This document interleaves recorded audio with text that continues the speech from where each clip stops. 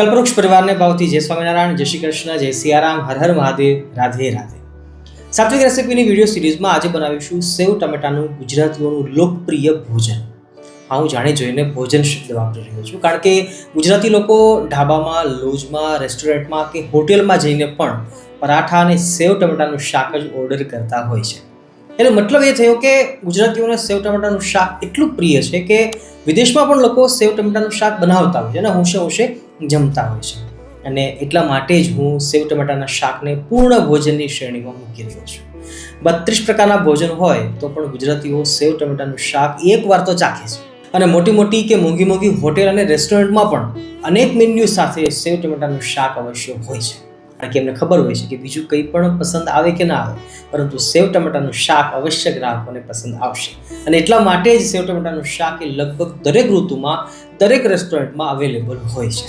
વિદેશના એક હરિભગત સાથે મારે વાત થયેલી અને એમણે કહેલું કે સ્વામી, આપણા ગુજરાતીઓ વિદેશમાં પણ સેવ ટમેટાનું શાક ઉત્સાહથી ખાય છે. અને ઓનલાઈન પણ મેં મોટી હોટેલોના મેન્યુ જોયા અને અમુક લોકોને પૂછ્યું તો ત્યાંથી પણ મને ખબર પડી કે સેવ ટમેટાનું શાક એ પ્રસિદ્ધ નથી, પરંતુ અતિ પ્રસિદ્ધ છે. તો બસ ચાલો આજે ગુજરાતનું અતિ પ્રસિદ્ધ ખાણું એટલે કે સેવ ટમેટાનું શાક રજવાડી રીતે બનાવી અને ભગવાનને આપણે થાળ ધરાવીએ. ભક્તો, સેવ ટમેટાનું શાકની એક ખાસિયત છે કે રોટલી સાથે, રોટલા સાથે, ભાખરી સાથે, પૂરી સાથે, પરોઠા સાથે, પાઉં સાથે, બ્રેડ સાથે, ઇડલી સાથે, અરે છેલ્લે કશું જ નથી તો દાળ ભાત કે ખીચડી સાથે પણ આ શાક જમી શકાય છે અને લોકો જમતા હોય છે. તો ચાલો ઝડપથી બનાવી લઈએ સેવ ટમેટાનું રજવાડી શાક કે જે હોટેલોમાં અને કાઠિયાવાડી ઢાબામાં સ્પેશિયલ અલગ રીતે બનાવવામાં આવે છે. વિડીયોમાં છેક સુધી જોડાયેલા રહેજો. સૌને રાધે રાધે, જય સ્વામિનારાયણ. પ્રિયજનો, સેવ ટમેટાનું શાક આપણે સાદી રીતે તો ઘરોમાં નોર્મલી બનાવતા હોઈએ છીએ, પણ આજે આપણે મેં આગળ કહ્યું એ પ્રમાણે સેવ ટમેટાનું રજવાડી અને કાઠિયાવાડી ઢાબા સ્ટાઇલનું શાક બનાવવું છે. તો એના માટે આપણે આજના શાકને બે ભાગમાં ડિવાઈડ કરીશું, જેમાં સેવ અને ટામેટા એક વિભાગમાં છે અને બીજા વિભાગમાં એની ગ્રેવી છે. તો નોર્મલી સેવ અને ટામેટાને અલગ રાખી અને ગ્રેવી માટે આપણે આટલી વસ્તુનો ઉપયોગ કરવાના છીએ, જેમાં કાજુનો ઉપયોગ કરીશું, લાલ મરચાં છે, કોથમીરના ડંઠલ છે, 1 ચમચી 1.5 ચમચી જેટલો ચણાનો લોટ લઈશું, મીઠો લીમડો, આ બધી વસ્તુ ગ્રેવીમાં ઉપયોગ કરીશું. અને વઘાર છે આપણે ખડા મસાલાઓ, તલ, રાઈ, જીરું ઇત્યાદિથી વઘાર લઈશું.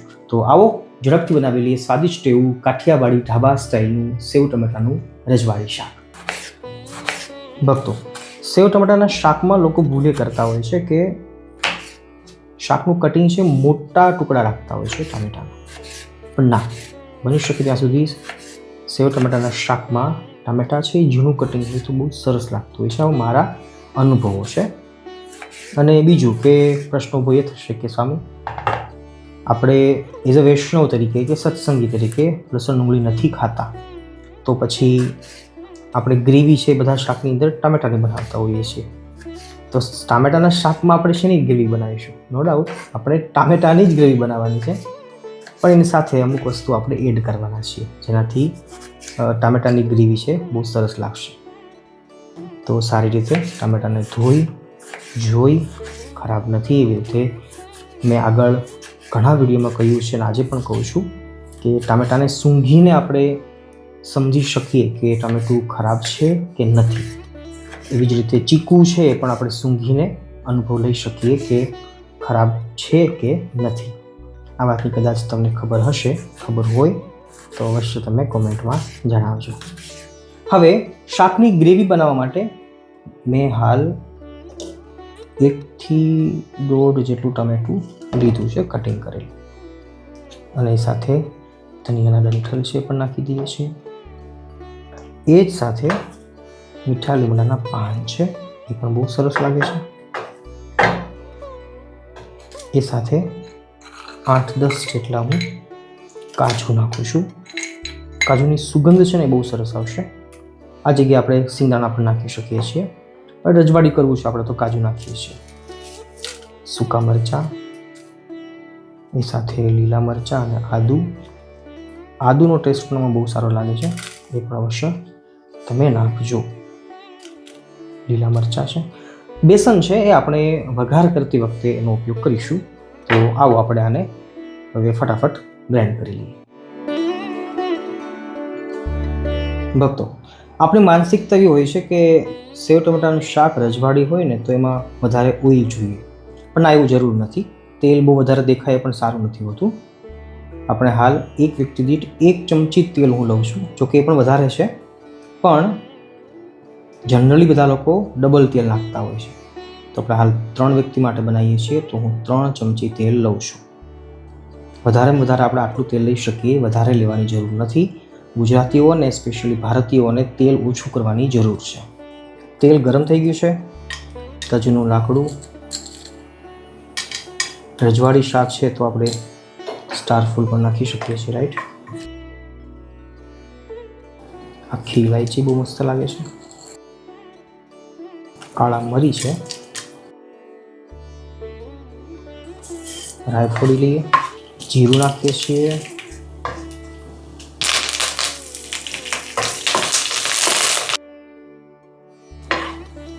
સફેદ તલ વગર તો સેવ ટમેટાનું શાક સારું બને છે. થોડાક લીલા મરચાં, અને હવે આ સ્ટેજ ઉપર આપણે 1.5 ચમચી મેં ચણાનો બેસન લીધો છે. हे प्रभु हे हरि राम कृष्ण जगन्नाथ।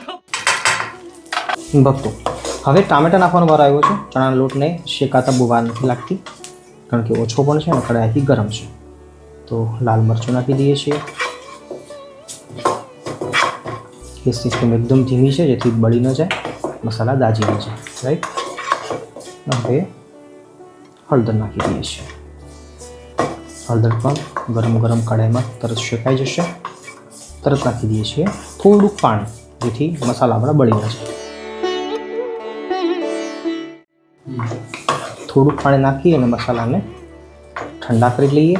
અને હવે આપણે ટામેટાં ઉમેરી દઈએ. ભક્તો, હવે 2 મિનિટ સુધી આપણે ઢાંકી દેવું છે, પણ એ પહેલાં સ્વાદ અનુસાર નમક નાખી દઉં છું. સેવ આપણે જો ઘરે બનાવેલી હોય તો નમક એની અંદર હોય છે. બહારથી સેવ લાવતા હો તો એ પણ જોઈ લેવી કે નમક નથી, નહીંતર ખારું થઈ જશે.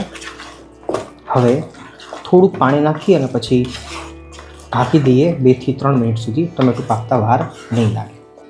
તો પાણી નાખવાનું રહી ગયું. અડધો ગ્લાસ પાણી નાખું છું.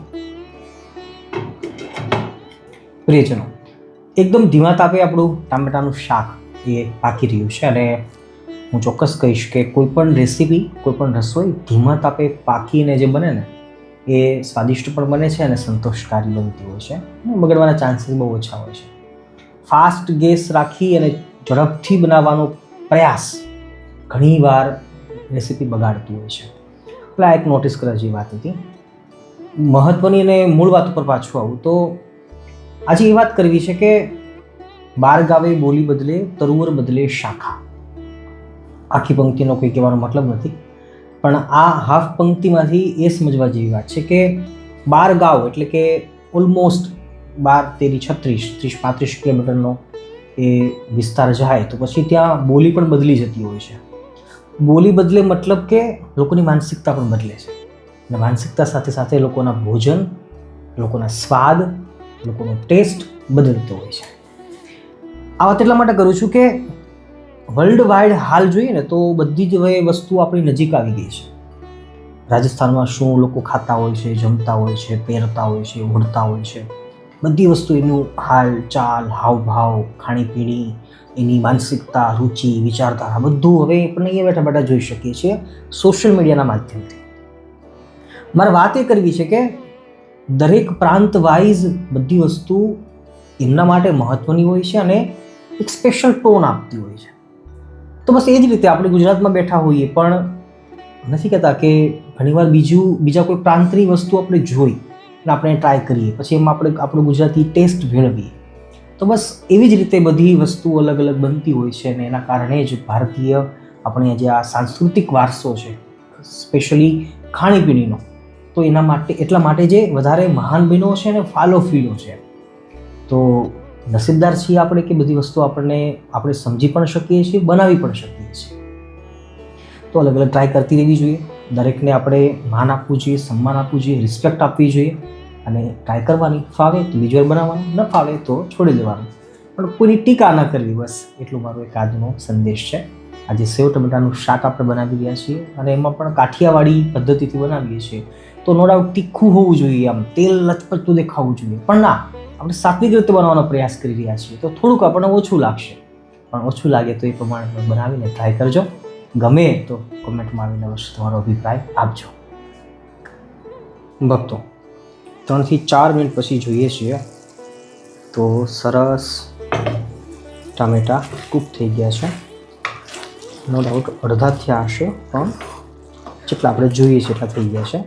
હવે આ સ્ટેજ ઉપર આપણે ગ્રેવી જે તૈયાર કરેલી છે આપણે નાખી શકીએ છીએ. તો ટમેટા હાફ કૂક થઈ ગયા એટલે ચાલે છે. આપણી ગ્રેવીનો જે મસાલો છે થોડું ઘાટું છે ને આપણે પાણી નાખવાનું જ છે, કારણ કે સેવ નાખીશું તો સેવ પણ પાણી પીવે છે. એટલે સેવ ટમેટાના શાકમાં થોડુંક પાણી તો જોઈએ છે. હાલ આપણે ગ્રેવીને 1 થી 1.5 મિનિટ સુધી પકાવતા રહીએ, પછી આપણે થોડુંક પાણી નાખીશું અને આછી કરીશું.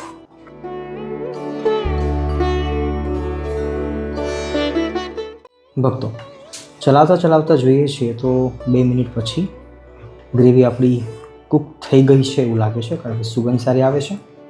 આ સ્ટેજ ઉપર આપણને ચણાનો લોટ દેખાતો નથી, પણ એની સુગંધ છે ને એ બહુ જ સરસ ફાઇન આવે છે. એ સાથે સાથે આપણે કાજુની ગ્રેવી બનાવી છે. કાજુની પણ એક અલગ જ સુગંધ હોય છે, એનો ટેસ્ટ બહુ સારો હોય છે. તો તમે પણ ગ્રેવી જ્યારે બનાવો ને કોઈ પણ, ત્યારે કાજુ નાખી શકો છો. સિંગદાણા હોય તો એ ફોતરા કાઢીને નાખી શકીએ છીએ. તલ છે એની પણ ગ્રેવી બહુ સરસ થાય છે. તો આવી રીતે અલગ અલગ બધી ગ્રેવી ટ્રાય કરતી રહેવી જોઈએ. મારે એવું માનવું છે કે સ્વાદ એનો પણ બહુ જ સારો આવતો હોય છે. લસણ ને ડુંગળી કોઈ ખાતું હોય, હું એનો પર્સનલી વિરોધ નથી કરતો, પણ એની જરૂર નથી. જો ટેસ્ટી કોઈ વસ્તુ બનાવવી છે તો એના વગર પણ બની શકતું હોય છે, તો અવશ્ય આવી રીતે ટ્રાય કરવી જોઈએ. ચાલો, ગ્રેવી આપણી તૈયાર છે, સરસ કૂક થઈ ગઈ છે. થોડીક આછી કરી દઈએ અને પછી આપણે સેવ નાખીશું. ટમેટાની ગ્રેવી તૈયાર છે, તો હવે હું થોડું પાણી નાખું છું. જોકે પાણી ઝાઝું નાખવાનું છે. ફરીવાર પર ઉકાળી લઈએ અને પછી આપણે સેવ નાખી દઈએ.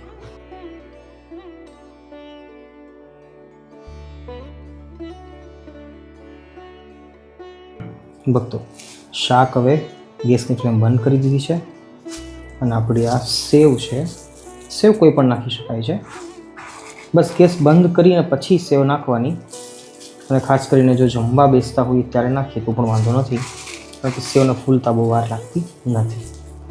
ચાલો, રજવાડી આપણું ટામેટાનું શાક છે એ તૈયાર છે. પણ હા, જો આપણને પીલું લાગતું હોય તો ઉપરથી બીજો એક તડકો કરી અને લાલ મરચાંથી નાખી શકીએ છીએ. કલર સારો લાગશે, બાકી તીખાશ તો અંદર આપણે નાખેલી છે. અને હા, બેલેન્સિંગ માટે થોડીક સાકર અથવા ખાંડ નાખી શકીએ છીએ, બહુ ઓછી, ઝાઝી નહીં.